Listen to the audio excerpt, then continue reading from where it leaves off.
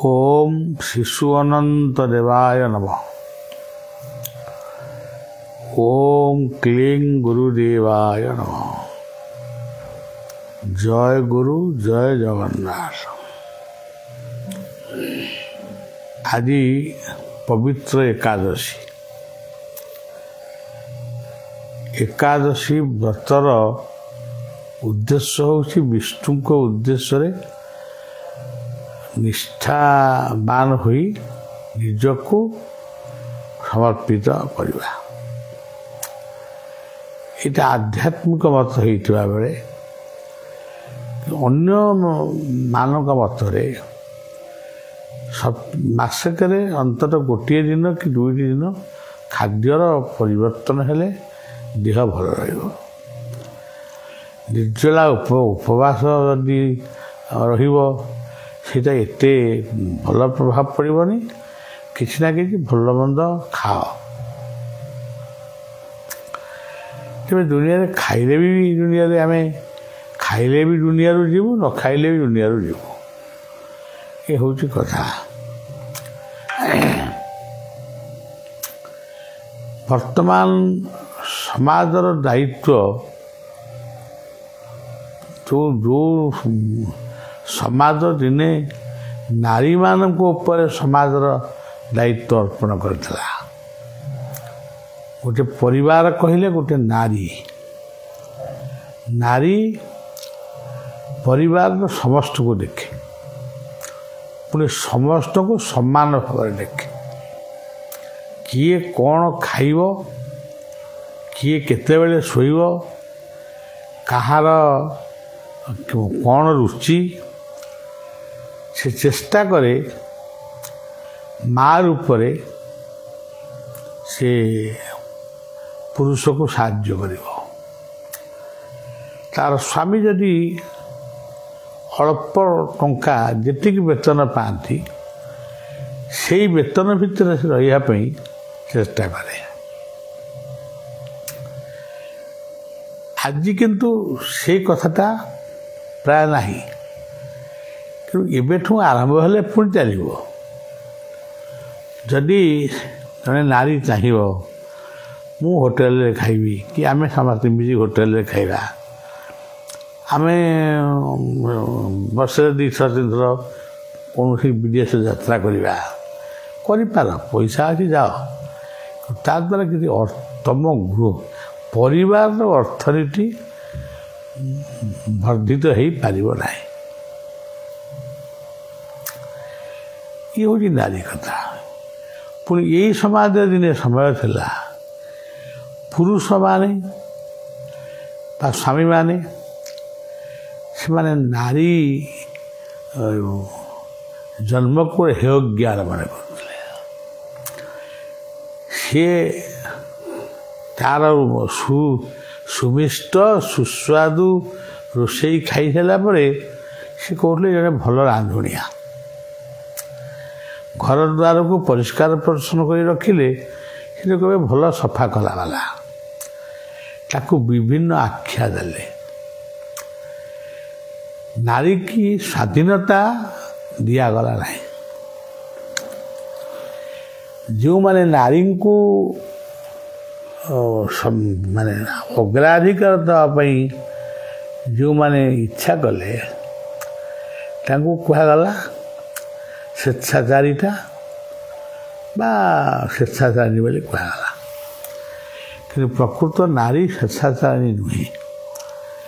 पुरुषर अकथनीय अत्याचार को से मुंड पाटी सही पारी।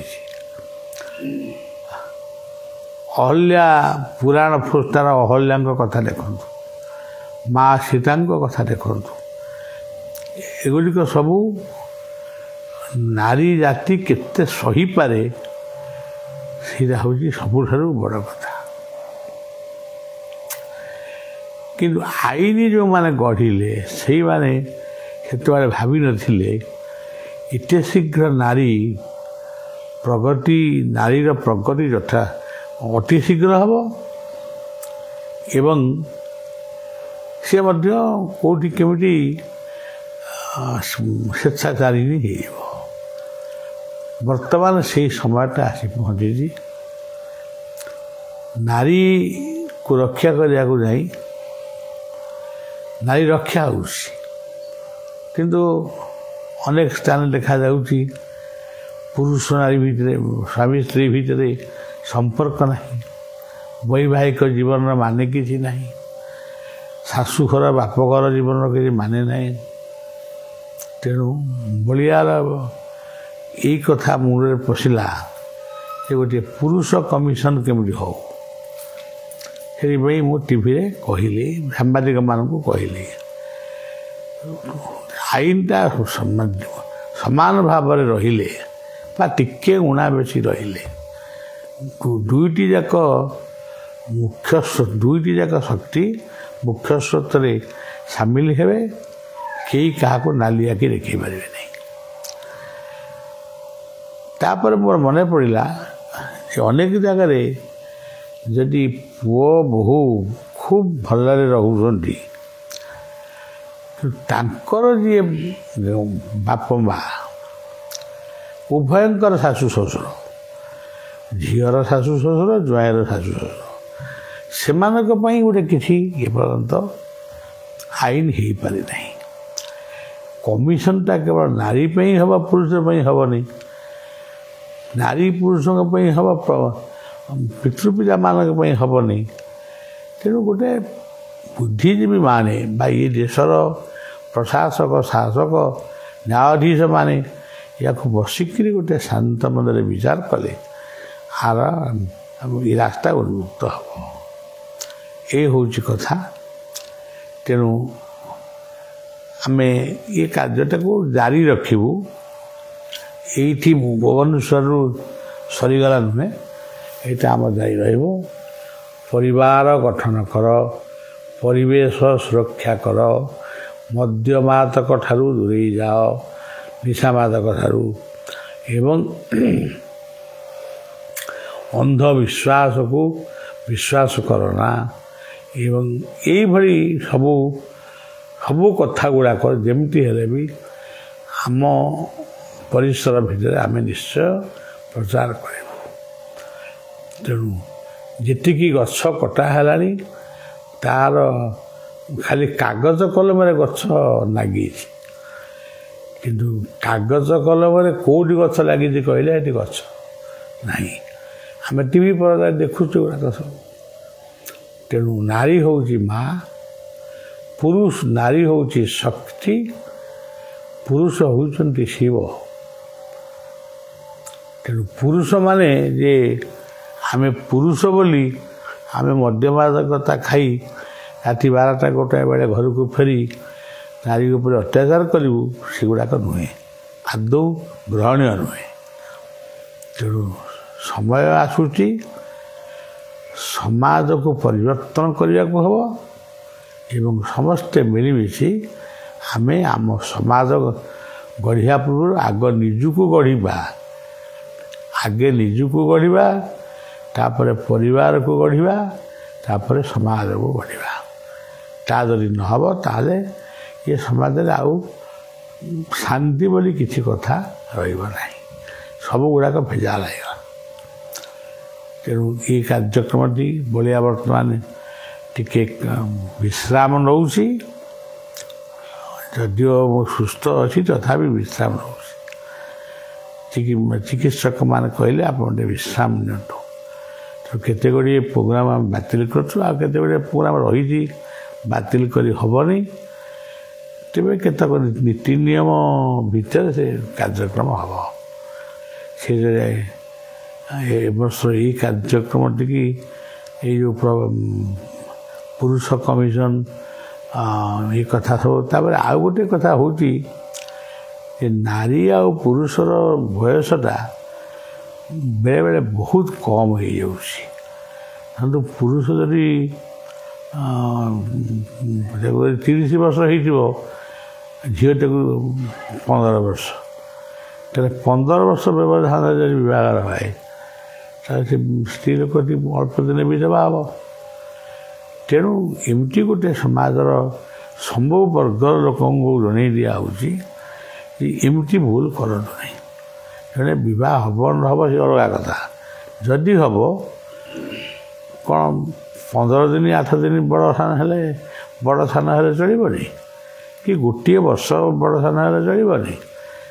କିନ୍ତୁ ପୁରୁଷକୁ ଯେତିକି ନାରୀ ତା'ର ଅଧା ବି ନଥିବ, ସେ ପାଖରେ ସେ ଖଟିବ ଏବଂ ସେ ପାଖରେ ଅଶାନ୍ତି ବି ହେବ, ସ୍ୱାମୀ ସ୍ତ୍ରୀ ଭିତରେ କଳହ ସୃଷ୍ଟି ହେବ। ତେଣୁ ଏ ବିଷୟରେ ମଧ୍ୟ ଆମେ ଆଲୋଚନା କରିବୁ। ଏଇଭଳି ତ ଅନେକ କଥା ସମାଜରେ ରହିଛି। ଆଉ ବର୍ତ୍ତମାନ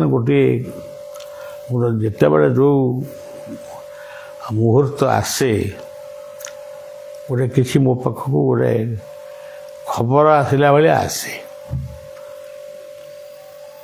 ହଠାତ୍ ଯେତେବେଳେ ବସିଛି ଏଇ 2 ଦିନ ତଳେ ରବୀନ୍ଦ୍ର ମଣ୍ଡପର କାର୍ଯ୍ୟକ୍ରମଟି ପରେ 3ଟି ଅକ୍ଷର ଆସିଲା ଯେ ବର୍ତ୍ତମାନ ଯେଉଁ ସାମାଜିକ ବ୍ୟବସ୍ଥା ବିଶ୍ୱରେ ବିଗିଡ଼ି ଯାଇଛି ବୋଧେ ସେଇଥିପାଇଁ ଆସିଲା। ପ୍ରଥମ ଅକ୍ଷରଟି ହେଉଛି ଅଂ, ଦ୍ୱିତୀୟ ଅକ୍ଷରଟି ହେଉଛି ଜଂ, ତୃତୀୟ ଅକ୍ଷରଟି ହେଉଛି ବଂ। ଅଂ କହିଲେ ଅନନ୍ତ, ଅଲେଖ, ଅଚ୍ୟୁତ, ଅବ୍ୟକ୍ତ, ଅଖଣ୍ଡ ଇତ୍ୟାଦି। ଅଂ ଜଂ କହିଲେ ଜ୍ୟୋତିରାନନ୍ଦ ପୁରୁଷ, ଜ୍ୟୋତି ଜଗନ୍ନାଥ। ବଂ କହିଲେ ବଳ ବୀର୍ଯ୍ୟ ବଳଦେବ ଏବଂ ବସୁଧା ବାୟୁ ବରୁଣ। ତେଣୁ ଅଂ ଜଂ ବଂ, ଅଂ ଜଂ ବଂ, ଏ 3ଟି ଅକ୍ଷରକୁ ଟିକେ ସ୍ମରଣ କରୁଥିବେ ଏବଂ ଟିକେ ପ୍ରାର୍ଥନା ବେଳେ ଏ 3ଟି ଅକ୍ଷର କହିକରି ନମସ୍କାରଟି କରିବେ। ଆଜି କଥାଟି ଏତିକି ରଖିବା, ପୁଣି ପରବର୍ତ୍ତୀ ସମୟରେ କହିବା।